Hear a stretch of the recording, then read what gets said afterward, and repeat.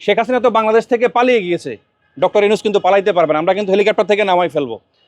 আমরা প্রতিদিনই ভোটারদের কাছে যাচ্ছি, তাদের আশা আকাঙ্ক্ষার কথা আমরা শুনছি, কিন্তু আমরা দেখতে পাচ্ছি না যে আসলে নির্বাচনের যে একটা সুষ্ঠু পরিবেশ, সেই পরিবেশটা কিন্তু আমরা পাচ্ছি না। মানুষ ভয়ভীতি পাচ্ছে, আপনি দেখবেন যে বিভিন্ন জায়গায় আসলে আমরা অজ্ঞাত লাশ টাশ পাচ্ছি। সুতরাং এখানে একটা সুষ্ঠু ভোট যদি না হয়, শেখ হাসিনা তো বাংলাদেশ থেকে পালিয়ে গিয়েছে, ডক্টর ইউনূস কিন্তু পালাইতে পারবেন, আমরা কিন্তু হেলিকপ্টার থেকে নামাই ফেলবো। বাংলাদেশের একমাত্র স্মার্ট সিটি বসুন্ধরা এখন আরো নিরাপদ, আধুনিকতায় আরো এক ধাপ এগিয়ে।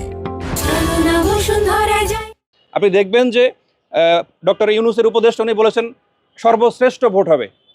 সর্বশ্রেষ্ঠ ভোটের আমরা কিন্তু কোনো নজির দেখছি না এখন পর্যন্ত মাঠে। সুতরাং ওনারা যদি সুষ্ঠু ভোটটা করতে না পারে, আগামী কিন্তু পালানোর জায়গা নাই, কিন্তু যেখানেই যাবেন আমরা কিন্তু ধরে নিয়ে আসবো আবার আগের জায়গায়। সুতরাং নির্বাচনের পরিবেশ সুষ্ঠু করেন এবং মানুষজনের মধ্যে যে ভয়ভীতি কাজ করছে, সেই ভয়ভীতি দূর করার জন্য মানুষজনের কাছে প্রশাসনের লোকজনকে কাজ করেন একসাথে। আদারওয়াইজ কিন্তু এখানে আমরা সুষ্ঠু পরিবেশে কাজ করতে পারছি না। আগামীতে যে ভোটের যে পরিবেশ, সেই পরিবেশটা কিন্তু নাই।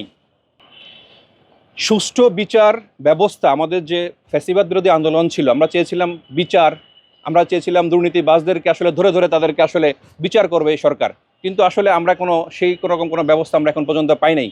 যেহেতু ওসমান হাদির বিচারটা এখানে হয় নাই প্রপারলি, আমি ধরে নিচ্ছি এখানে সুষ্ঠু যে ভোট, সেই ভোটটাও কিন্তু সম্ভব না। কারণ বিচার ব্যবস্থা যদি প্রপারলি কাজ না করে, তাহলে আমরা কীভাবে আশা করব যে এখানে সুষ্ঠু ভোট হবে। সুতরাং ভোটের যে পরিবেশ, সেই পরিবেশটা এই সরকার, ডক্টর মোহাম্মদ ইউনূসের সরকারের দায়িত্ব এবং আমরা মনে করি যে প্রশাসনের দায়িত্ব এটা। আপনারা দেখবেন যে বিভিন্ন জায়গায় এই যে ঢাকসুর যে যারা নির্বাচিত হয়েছেন, তারা কিন্তু বিভিন্ন জায়গায় গিয়ে হেলিকপ্টারে করে আসলে নির্বাচনী প্রচারণা করছেন। তাহলে সেখানে যে এই যে নির্বাচনী আচরণবিধি যে লঙ্ঘন হচ্ছে, সে জায়গায় কিন্তু কোনো ব্যবস্থা আমরা গ্রহণ করতে দেখছি না। আমরা দেখতেছি বিভিন্ন জায়গায় পোস্টার লাগিয়ে, ব্যানার লাগিয়ে এলাকায় নোংরা পরিবেশ সৃষ্টি করছে। তাহলে তারা কিভাবে আমাদেরকে শোনায় যে আগামীতে তারা এই যে পরিবর্তন চাচ্ছে, সেই পরিবর্তন আসলে তারা কি চাচ্ছে? সেই পরিবর্তনটাকে আবার দুর্নীতি করে দেশের টাকা বিদেশে পাচার করবে, বেগম পাড়ায় বাড়ি বানাবে, না অন্য কি করবে? তাদের আসলে পরিবর্তনটা কি? সেই পরিবর্তনটা আসলে মানুষ দেখতে চায়। সুতরাং এই পরিবর্তনের যাত্রা নিয়েই আমার ঢাকা 11 আসনে আমার যে পথ চলা, আমি সাধারণ মানুষের সাথে যাচ্ছি, কথা বলছি। ইনশাল্লাহ আগামী দিনে আমি এখানে তাদেরকে নিয়েই কাজ করব।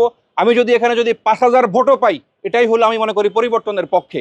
কারণ হলো মানুষ যদি আমাকে ভালোবেসে এক ভোটও দেয়, সেটাও পরিবর্তনের পক্ষে ভোট। ইনশাল্লাহ আগামী দিনে আমি এলাকার মানুষদেরকে নিয়ে এগিয়ে যাব। সাধারণ জনগণ, সাধারণ যারা ভোটার আছে, তারা কিন্তু পরিবর্তন চায়। তারা পরিবর্তন চায় এবং আগামীর যে বাংলাদেশ গঠনে তাদের যে পরিবর্তনের যে আমরা যে ইশতেহার বা পরিবর্তনের যে পয়েন্টগুলো নিয়ে তারা কথা বলতে চায়, তারা কিন্তু সেটা চায়। কিন্তু আপনি সার্বিক পরিস্থিতি দেখেন, অনেক দেখবেন যে যারা আগে দুর্নীতি করেছে, যারা আগে সমাজ ব্যবস্থার যে পরিবর্তন করে নাই, সেই লোকগুলাই কিন্তু এখন আবার ঘুরে ফিরে 4-5টা ঘিরে আছে এবং কি হবে মানুষ কিন্তু বুঝতে পারছে না।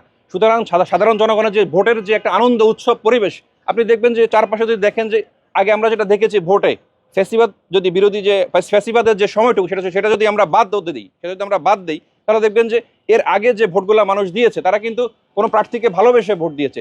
সেই জায়গাটা কিন্তু এখন নাই। আপনি দেখবেন যে কোনো দিকে কোনো উৎসবমুখর পরিবেশ নেই, মানুষ কেমন জানি একটু ভীত সন্ত্রস্ত হয়ে আছে।